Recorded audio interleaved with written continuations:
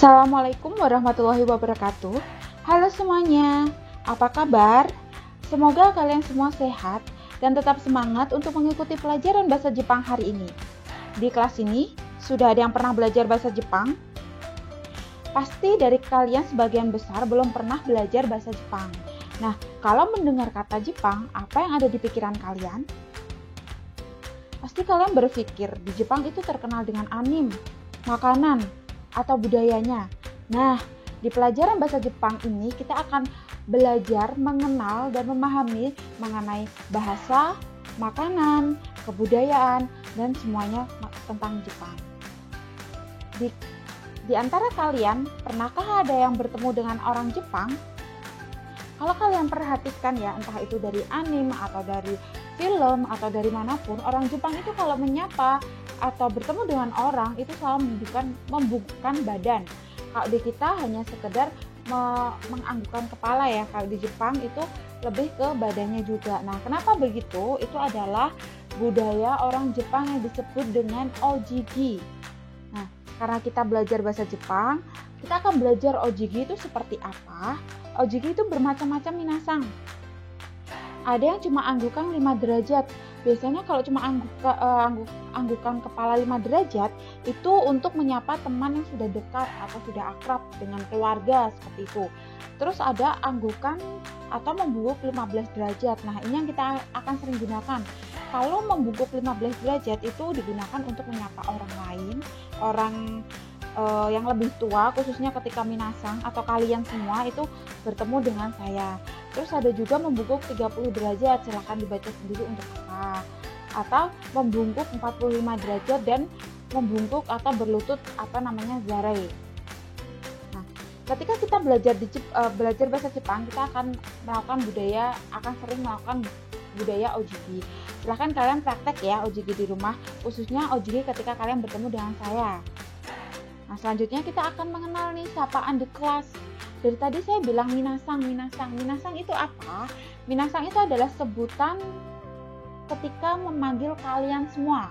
Mina itu kan semua. Kalau sang itu adalah ikutan atau yang memang harus diikut sertakan ketika kalian menyapa seseorang. Minasang itu artinya kalian semua. Nah, kalau saya memanggil kalian semua bukan anak-anak, tapi memanggilnya minasang. Termasuk kalian ketika memanggil saya itu dengan sebutan sensei.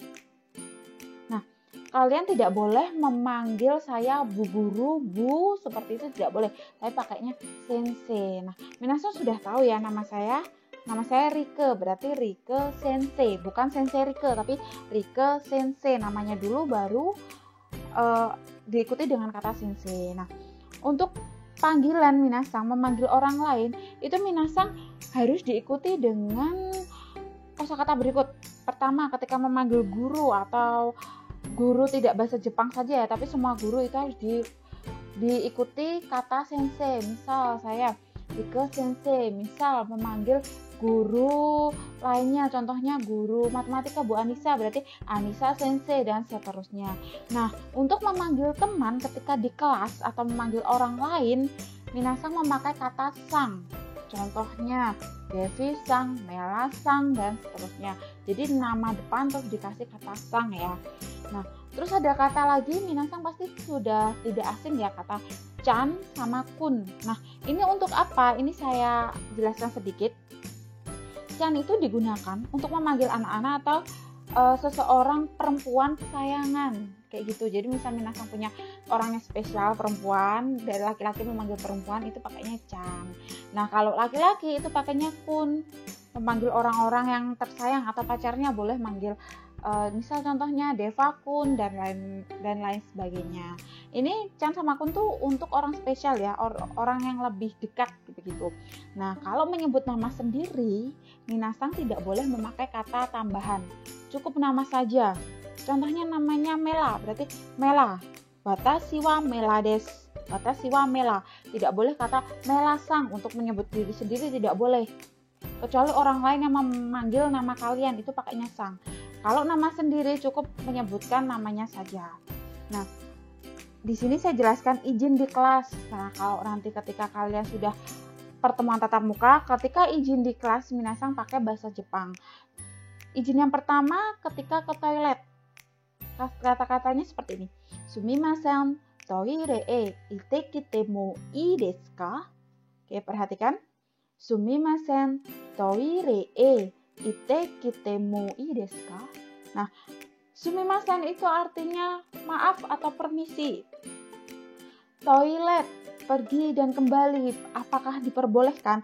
Mou, ou, kata ou dalam bahasa Jepang itu dibacanya o panjang, mo, i desu ka, desuka, desuka itu u-nya tidak dibaca ya, desuka, kata desuka itu u-nya tidak dibaca, jadinya deska. Terus izin minum, sumimasen, mizu o nonde mo ii desu ka? Izin cuci muka, sumimasen, kao o arate mo ii desu ka? Oke, coba minasan silahkan ditirukan ya di rumah ya, biar minasan lidahnya mulai terbiasa dalam bahasa Jepang. Nah, ketika kalian izin di kelas seperti ini, ketika saya jawab hai dozo, berarti artinya silahkan atau diperbolehkan. Kalau iya dame desu, berarti tidak diperbolehkan ya minasan. Nah, iya hai itu apa? Nah, minasan kita belajar mengganti kata iya dan tidak. Iya dalam bahasa Jepang itu hai, tulisannya hai tapi bacanya hai. Jadi kalau minasan ada apa-apa ketika tanya jawab dengan saya atau dengan temannya ketika pelajaran bahasa Jepang, minasan menjawabnya hai itu iya, iye itu tidak. Silahkan ditirukan hai, iye. Oke, untuk tidak itu iie, tapi bacanya iye. Hai, iye. Sampai sini ada yang ditanyakan? Sambil belajar mengucapkan kosakata ya minasan, karena kita tidak bertemu dengan kalian atau saya tidak bertemu dengan kalian. Jadi silahkan kalian mengucapkan sendiri. Nah, nanti kalau kalian perlu koreksi silahkan kirim voice note ke saya. Nah, untuk selanjutnya ini juga dipersiapkan ketika kalian akan tatap muka dengan saya.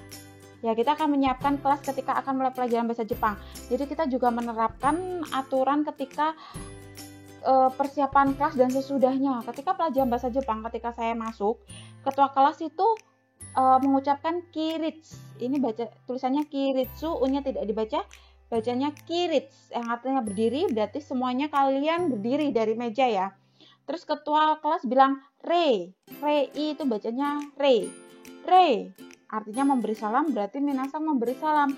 Kalau pagi hari nanti minasan ohayo gozaimasu. Kalau siang itu konnichiwa sambil ojigi. Tadi ojigi apa? Ya, membungkukkan badan 15 derajat. Terus saya menjawab. Kalau minasan menjawab menyapa ohayo gozaimasu, saya kan menjawab ohayo gozaimasu. Nah, kalau saya sudah menjawab, ketua kelas bilang chakuseki. Chakuseki itu artinya silahkan duduk kembali. Nanti kalian silahkan duduk dan kita mulai pelajaran. Sudah terbayang ya seperti apa ya? Itu kalau memulai pelajaran. Kalau sudah selesai pelajaran, misal kalau saya di kelas Kyono Jugyo wa owarimasu, artinya pelajaran hari ini sudah selesai. Maka ketika akan meninggalkan kelas, ketika saya berdiri, ketua kelas juga berkata kirit, artinya berdiri. Kalian semua berdiri, terus ketua kelas bilang rei, artinya salam, sama ya. Minasan salamnya bukan ohayo gozaimasu lagi, bukan selamat pagi lagi, tapi bilangnya arigatou gozaimasu. Arigatou gozaimasu adalah ucapan terima kasih sambil ojigi. Terus saya juga menjawab iya doitashimashite yang artinya sama-sama. Terus mata raishu artinya sampai jumpa minggu depan. Nanti kalian menjawab lagi mata raishu sensei. Terus ketua kelas bilang chakuseki artinya duduk kembali. Nah, minasan juga silahkan duduk kembali. Nah, ungkapan salam seperti ohayo gozaimasu, konnichiwa, mata raishu dan lain-lain itu akan kita pelajari di pertemuan minggu depan. Nah, pertemuan pertama kali ini sampai sini ya. Apakah ada pertanyaan? Jika ada pertanyaan, silahkan bertanya melalui grup WhatsApp atau melalui kolom komentar di Simple. Ja minasan, gabate kudasai.